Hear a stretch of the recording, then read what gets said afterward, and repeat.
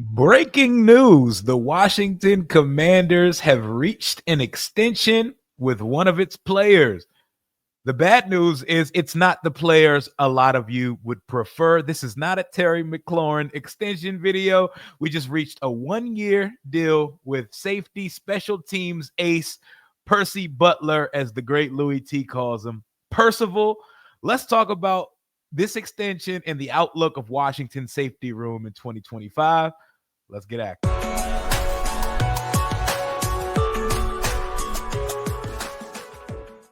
What it do again, Washington Commanders Nation? It's your boy Rio Robinson back with the latest and greatest from the Ramblin' Rio YouTube channel, where we ramble about our Washington Commanders.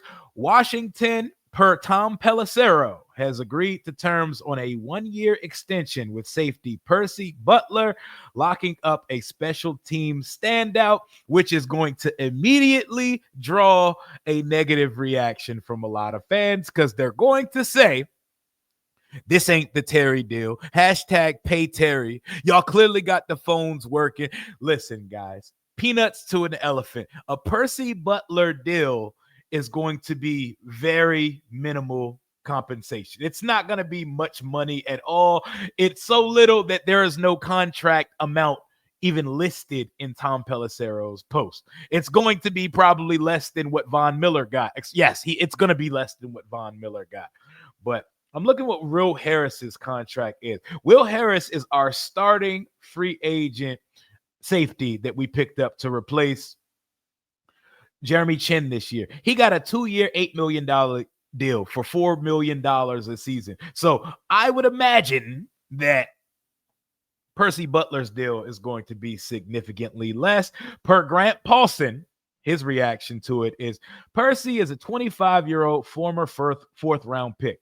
He's fast, physical, quality backup safety. I think that's a little bit aggressive, but he makes his money on special teams. He only played 37% of snaps. 37% of snaps is a little rich for me when it comes to Percy, but let's get that number down to closer to 27% in 2025.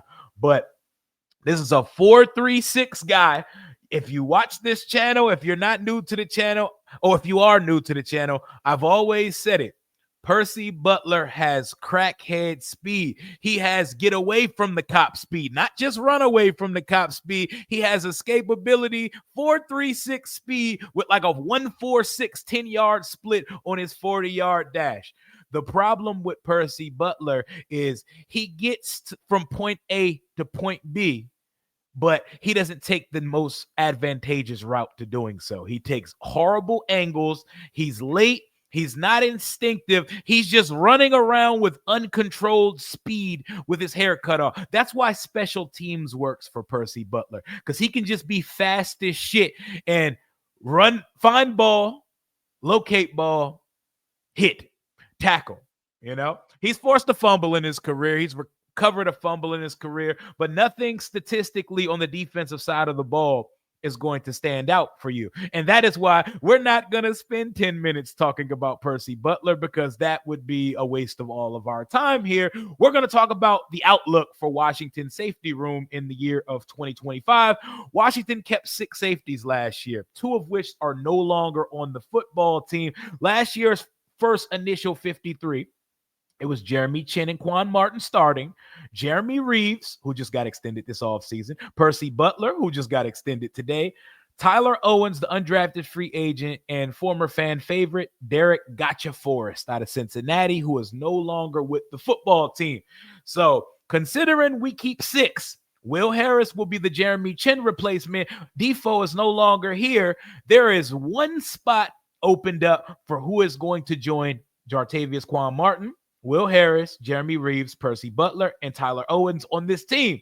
And it looks pretty easy who that's going to be if they're going to keep 6 this year. Obviously, we need to see the preseason games, but Robert McDaniels, one of the undrafted free agents out of Jackson State, a guy we heard a lot of interest about even before the draft with this team, one of the more athletic guys, over 6 feet tall, over 210 pounds, has a good body on him, good height, weight, speed guy.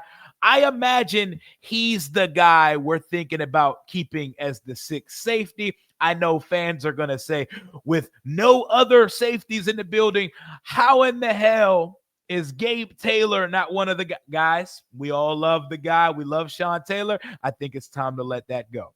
I think it's time to let that go, because even with the lack of depth we have outside of our usual crew, he didn't make it past the tryout stages. We need to let that go. Ben Nickel is a safety who I just learned existed yesterday. And I'm sorry, I'm not trying to judge a guy by their team photo, but I don't think this V for Vendetta looking Bama is going to be the safety that cracks the roster. Robert McDaniel is the guy I'm looking at to round out that room. If we're keeping 6 safeties in 2025, Quan, Will Harris, Jeremy Reeves, Percy Butler. We're never going to get rid of the guy. All the fans that want him gone, he's here to stay. He's a special teams ace, and those come a dime a dozen in this league.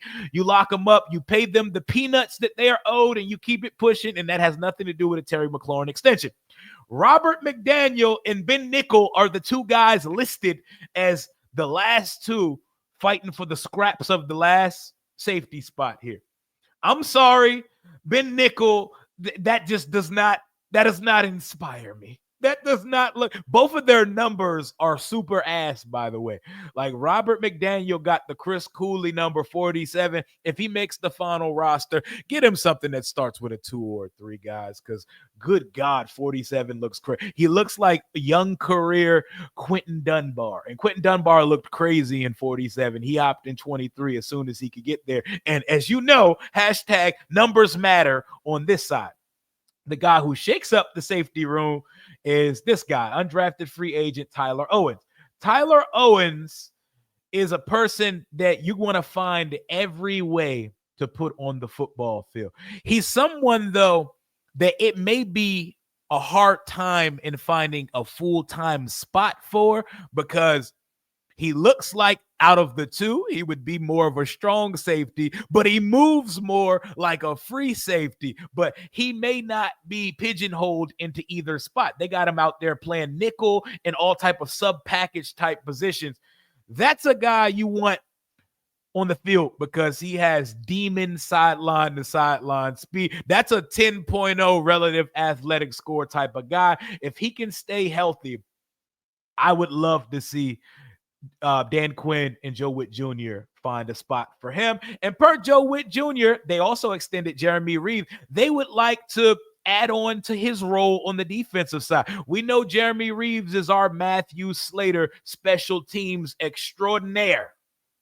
That our guy who all-pro Revo, as y'all call him, that is a special teams ace right there. That's always going to be his main contribution to this team. But they've been putting him out there with the defense more during the spring part of the season, and Joe Witt Jr. called him out. Could be coach speak and just bigging up a guy you just extended. But what do y'all feel about the safety depth? But the guy who's going to make or break this room is this guy, Will Harris.